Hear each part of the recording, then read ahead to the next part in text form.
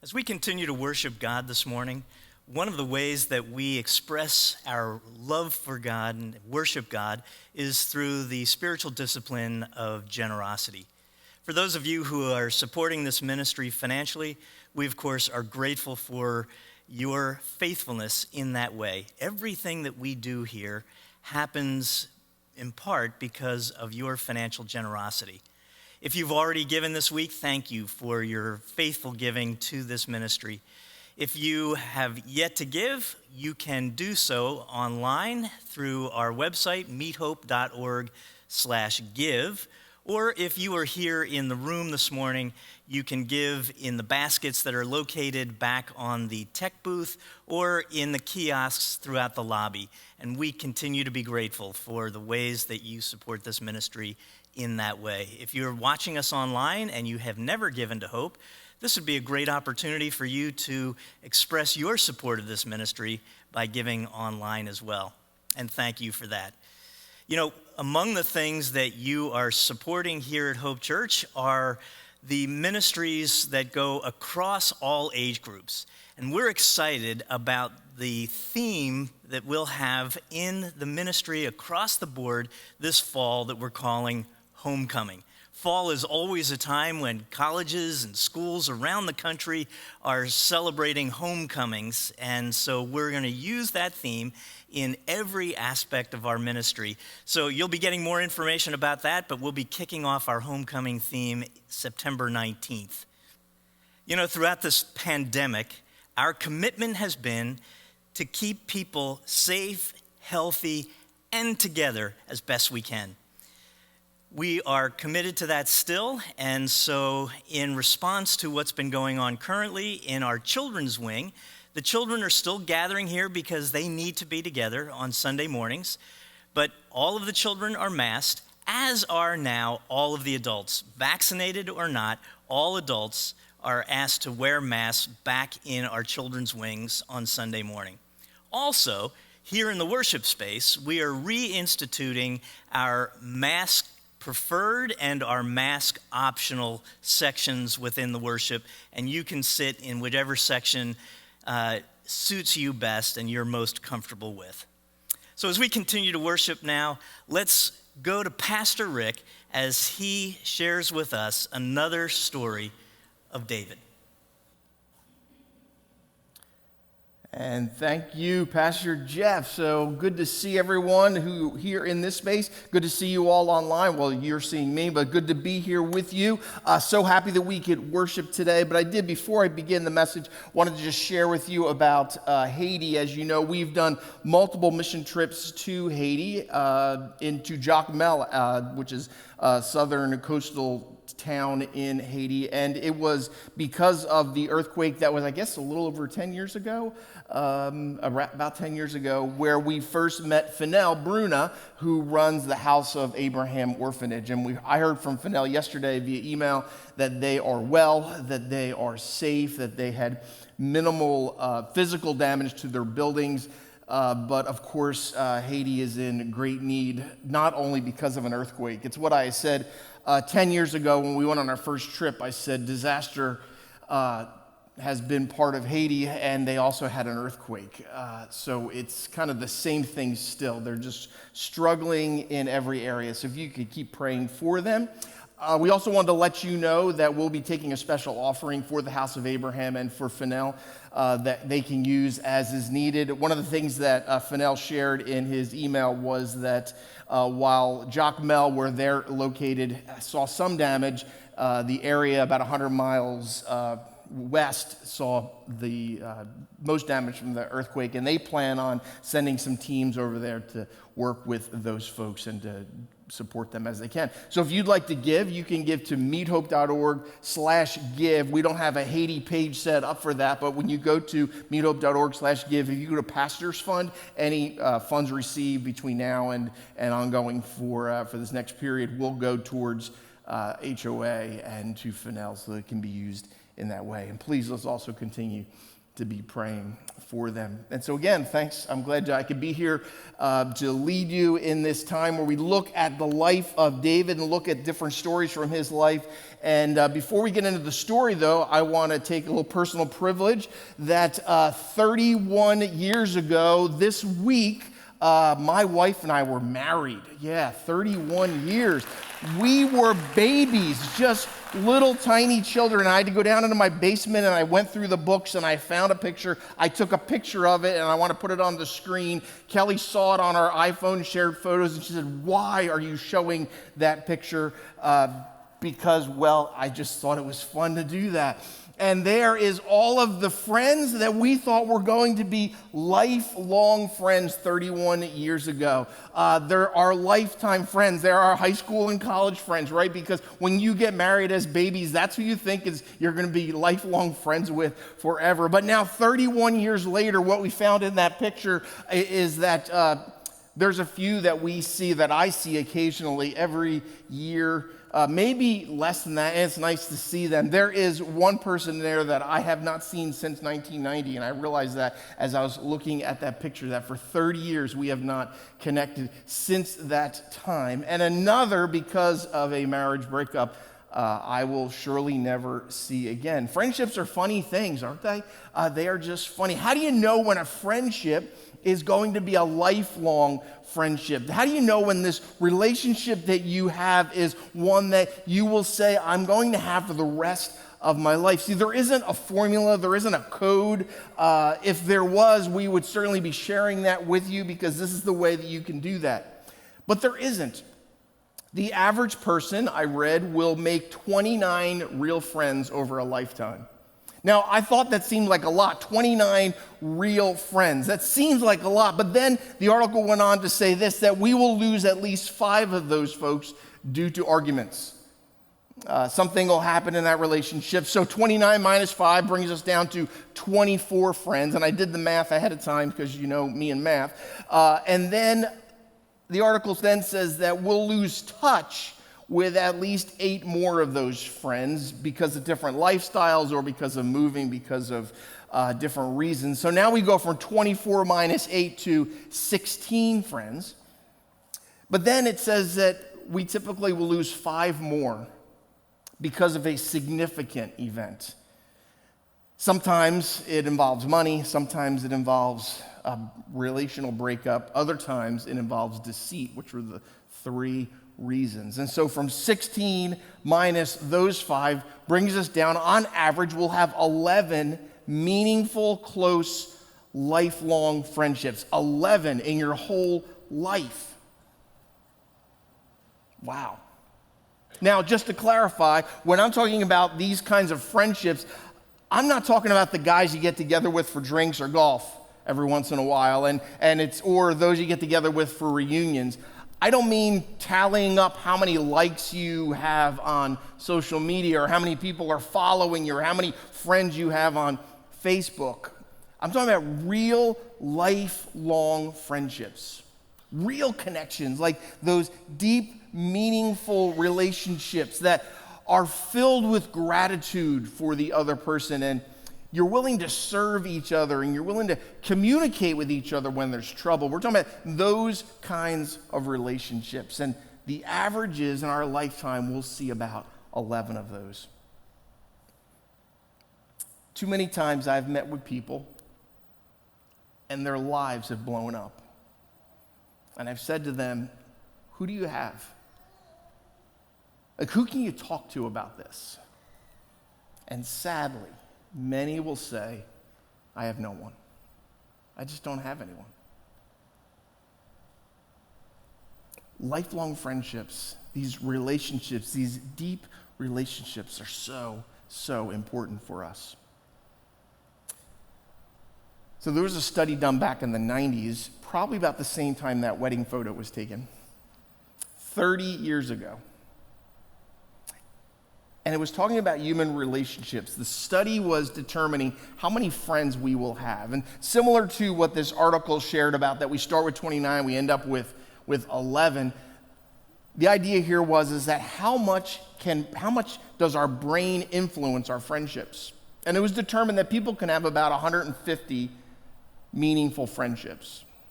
And then there was different levels of that there were those who were intimate, those who were closer to, those who were really deep meaning relationships. But the maximum anybody could have is about 150 relationships. And the conclusion was that our brains are limited, that we have a limited capacity for relationships. And for some of us, we'd say 150, that'd be pretty good because my brain can't handle that many, right? I don't have that many names in my head. Now, since that study in the 90s, which again was 3 decades ago, there's been 2 other studies done as well, one with our cell phone records and the other one with our Facebook feeds. And both studies have determined that that hasn't changed for humanity, that we still basically function in the same way. We can handle about 150 people in our lives, that we'll know some details about 150 people. Then we have a smaller group that will have some more meaningful relationships, and then the most intimate group. Friendships are hard. It's hard. And while we may have hundreds or even thousands of Facebook friends and followers and tags, our brains max out about 150 because friendships are hard. It takes a lot of work to develop and maintain and keep these friendships, especially those that are real and meaningful and that will cross through a lifetime. It's rare and special. So looking at the stories of David in the Gospel according to David, as we're calling it, there's this story of David and his friend Jonathan. And this week, we certainly don't have enough time to share the whole story. It goes over 3 chapters. It's in 1 Samuel chapters 18, 19, and 20. I want to encourage you to read it. I'm going to give you a quick summation, and I hope that after the summation, you'll say, yeah, that's something I want to read, and so you can read it during the week. This is the stories, these stories happen right after, or near after, the writer puts it, right after Goliath, and the story that we talked about last week of David and Goliath. And it turns out that Saul, who is the king, is very jealous of David. He's jealous of David's fame. He's jealous of David's success. He's jealous of David overall. He's just jealous of David. He's so jealous that Saul tries to kill David. At least twice, there's stories of that Saul takes a spear and throws it and tries to kill David 2 times. Now, Saul's either a really bad spear thrower or David's really quick. But either way, David is able to get away from these 2 incidences where the king tries to kill him. It gets so bad that Saul says, I can't even look at this guy. And he banishes him from his presence. That's how Saul feels about David. Now, if you remember what I talked about last week with David and Goliath, is that the victor of the Goliath fight, Saul had promised marriage to his daughter. So get these family dynamics now that are about to take place. Is David is going to marry one of Saul's daughters, and Saul wants to throw a spear at David. I think he understood that's a father-in-law you don't want to have, right? And it gets worse. There's another daughter of Saul's that falls in love with David. So now we got a little triangle going here. And Jonathan, Saul's son, is a best friend to David. And Jonathan demonstrates his loyalty throughout these stories by choosing David over his father, who has a plot now to kill David.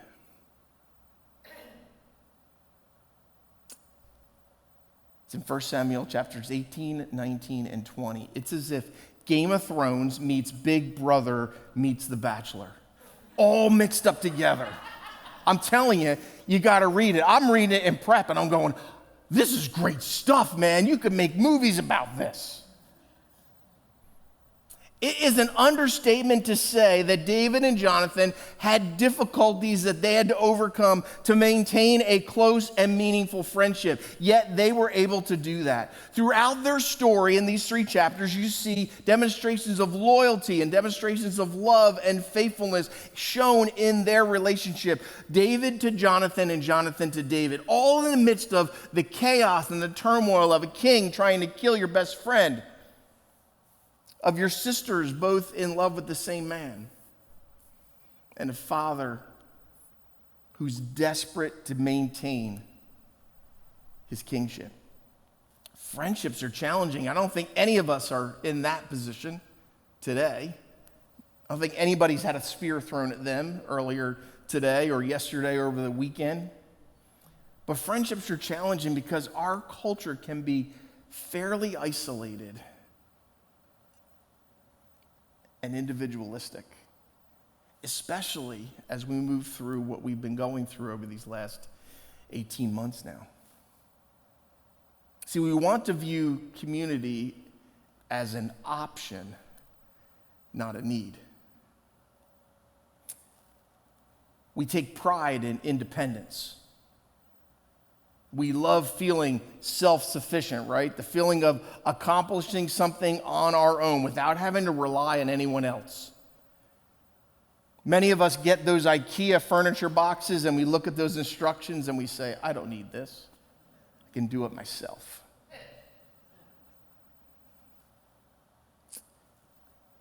We want relationships, but we want it without the mess.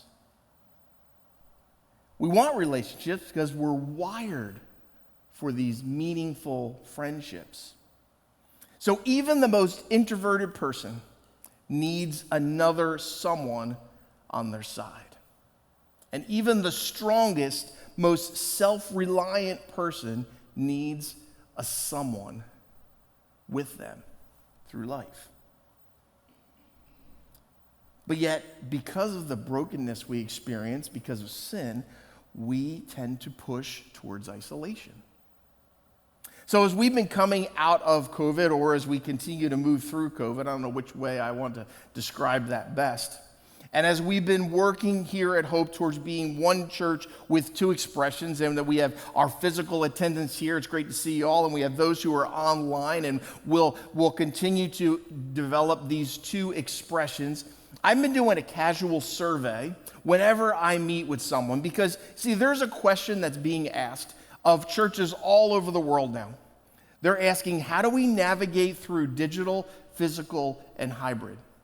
It's a brand new world. There's no books written about it. There's no language even put around it. We have to create the language. And you know, if you mentioned hybrid church 5 years ago, people wouldn't have known what you were talking about. But yet now, if you Google hybrid church, you'll find article after article after article about what church is going to look like moving forward. What does it mean? And there's questions that we have to answer of what that is. How do we as a community work together as we're digital, physical, and hybrid? And so one of the questions is, how will people find community in a post-COVID world? So I've been doing this odd thing. I've been asking people, how do you find community in this post-COVID world? How will friendships, how will relationships be encouraged and strengthened if you're digital, physical, or hybrid? So I've been asking people those questions, and here are some of the responses I've gotten. Some people here at Hope, when I say, so how's that working for you? Their response is groups. I love small groups. I love my small group. I love being part of a small group. And I say, well, is your small group digital or physical or hybrid? And they say, it's all those things, and I love groups. I love being around this small group. They're my people. They're my tribe. They're the ones that get me through every experience. And I'm like, that's great. And that feels good because, you know, we started a few years ago saying that we wanted to be a church that was a church of small groups, not a church with small groups. And so it's good to hear you all say that groups are so important, that groups are how you get through this. But there are others, when I asked, said, yeah, you know, the group thing, it's definitely not me. One person said, I've been going to church my whole life and groups have never really worked for me. It's just not my thing. I asked someone else and they said, gatherings, I need to be worshiping with others in the worship space. That, for me, that's where I get energy. That's where I get reconnected with people. And it's not only the time of worshiping together corporately, but it's also the time afterward where we get to connect with each other and reconnect. And I'm like, that's awesome. It's great being back in this space. I remember the first time we were back in this space with people in the room, those of us who were on staff who have been here throughout this, in the empty space, it was so hard emotionally not to break down, to be worshiping together. But then there are others who said, large crowds have never really been my thing. And I went to the building to worship because that's what you were supposed to do. But one person said, I love digital. I love online. And they said this, we have Netflix and Hulu. Why not church? I hear you. One person said, for me, it's one-on-one. Put me in a coffee shop with a close friend, and man, I get energy, and we get connected, and man, we just grow in our relationship with each other and our faith. Others said, no way, don't give me that one-on-one thing. That's too close. Another person said, I get it through work. Another person said, my neighborhood, my neighbors. Another person said, it's my sister, my family. Another one said, we love being with other couples over drinks and over dinner. And one person said, it's all about being close to my spouse. As long as we are connected, then all the other relationships are a bonus. So here's part of my conclusion on all of that, all these conversations, these casual surveys, is that there is no one way. There is no one way. The Old Testament book of Proverbs offers this thought on friendships. Friends come and friends go. Now, friends come and friends go is a real generous and polite translation of that from the New Living Translation. There's an ambiguity of the Hebrew that allows for a few other translations of that first line. Friends come and friends go. Another way that could be said is, there is one who has shouting friends. Anybody here like that? Anybody, you have shouting friends? Another way to translate that would be, one with many friends soon comes to ruin. Another way that the Hebrew could be translated there is, there are companions who pretend to be friends. But the second line is clear. So friends come and friends go. But a true friend sticks by you like family. The second line is clear. One should value faithful companions because they are like family. And like family, they last a lifetime. And there is no one way. But there is a way for you. There is a way to create and sustain deep, meaningful, lifelong relationships. A way to bring value to your life and value to others. And maybe because of our brains, the answer isn't more friends. Maybe the answer is fewer friends. Maybe it means doing our level best to focus on being the best for a few friends. Maybe it means to double down on deep and meaningful relationships. It seems Jesus may have lived out his relationships that way. He had 12 people who he called disciples, who he spent the majority of his time with. And there were surely others who also followed him. And of the 12, we know that he spent time away with only 3 of them. You see, it wasn't only how he taught about life, it was how he lived life. It was how he lived his entire life right up to the end. In Matthew chapter 26, it says this, Jesus is about to be arrested, and he's struggling with what is about to come. He's going to be arrested. He's going to be tortured. He's going to be tried in a mock trial. He's going to die on a cross. And he knows this is what his life has led to, and this is the moment. And he says, my soul is crushed with grief to the point of death. He says, guys, I'm dying here. I'm dying here. This is Jesus, the Son of God. He's God and humanity wrapped in flesh. The only perfect human being. He says, man, I'm dying here. My soul is crushed with grief to the point of death. And then he says, stay here. Stay here and keep watch with me. He says, this is not a time for me to be alone, guys. I need someone in my life. I need someone who's going to hold me up, someone who's going to stand nearby, someone who's going to work with me. I can't do this alone. Man, there are lots of people in our lives. In your brain, you have 150 of them. And on your Facebook feed, you have a whole lot more. But that collection of relationships, that vast collection, doesn't contribute much to the depth of your soul. See, we make a decision if we're going to run wide or we're going to run deep with our relationships. Being networked and being connected is great, right? I know a guy. You know a guy who can fix your AC? I know a guy, right? Do you know a guy? We all know guys, right? I know someone who can do that. We know being connected is a good thing for many parts of life. I would suggest, though, that having fewer friends is risky behavior, right? Because deeper friendships mean they know more about you. It demands honesty, and that's terrifying.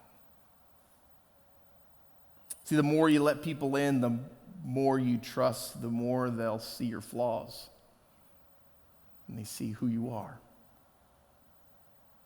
That's the truth of knowing someone intimately, right? But I would suggest it's worth wading through the muck of all of our brokenness, my brokenness, your brokenness, to find the friend who will stick to you like family. Because we deserve these deep, meaningful connections. We're designed for relationships where we're not just a name, not just a number. We're people, not profiles. So there's this new place in my town where we've been living our whole time we've been here, 16 years that we've been here at Hope, and we've been living in the same town in our same home. And recently, right before COVID started, this new place opened up in town, and it's a little town that we live in called Echo. And we wanted to go to this new place to eat, and then COVID happened, and we were like, I want to support local. We love that they're trying to develop Main Street there in our little town, and we couldn't go. And as soon as they opened their outdoor area, we went, oh, let's go over there. We found we loved it. And so it turns out that when I find a place that I like, I go there all the time. And I drive Kelly crazy because she'll say, do you want to get Mexican? Do you want to? And I'll say, no, let's go to our place. We have a place? Yeah, we have a place now. And here's how it became my place. We were there about the third time. It was the third time in 2 weeks, but it was the third time. And we were bringing one of our daughters who doesn't live with us, and so we said, oh, you gotta go, we'll go out to dinner. We went out to dinner, the three of us sat down, and we sat at the table, and the server came over, and she said, hey guys, how have you been this week? Like she knew us. I was done, I'm in. I'll never eat anywhere else. That's it. Because they know me. They know me. Doesn't that feel good? Feels so good, right? I think that's because that's how we're wired. It's how we're made. We want that. We're wired that way by the love of our lives who wired us with that. So that we would be in these deep, meaningful relationships that would foster growth in our lives. The gospel, according to David, challenges each of us to ask, how do I find community? There is no one way. But there is a way for you. Don't settle for isolation. Don't settle for, once we're through this, then I'll find that. Find it now. There's no one way. The design and capacity of our brains may not be big enough to have an infinite number of friends, but we are made to invest in the lives of others as they invest in us. So let's choose to give our very best, even in these times, even when our default might be to be isolated. Let's move toward deeper friendships so that we can encourage each other, push each other, and move each other towards greater faith in Christ and greater friendships. Let me pray for us now. And so, God, I thank you for those who are hearing these words now. God, whether we're sitting in our living room or we're here in this space or we're watching on our phones, God, that wherever we would be, that we would be challenged to move into deeper, more meaningful relationships. That, God, we would be the encouragement for others, and God, that we would be encouraged as well. God, that we would know that there's no formula, there's no set way for this to take place, that there is no one way. But God, that we would lean into the way that works best for us.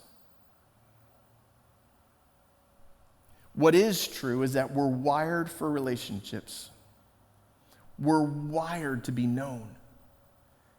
And so, God, help us to have that type of risky behavior, that we would seek to be known by others. All of our flaws, all of our brokenness, all of our faults on display for those who know us and love us best.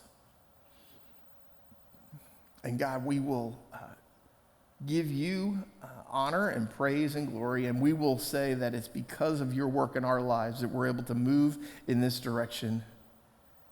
And God, help us then to inspire and engage the world around us. And so, Jesus, we thank you for this time that we've worshiped, and we pray these things in your Son's name. Amen and amen. Have a great day.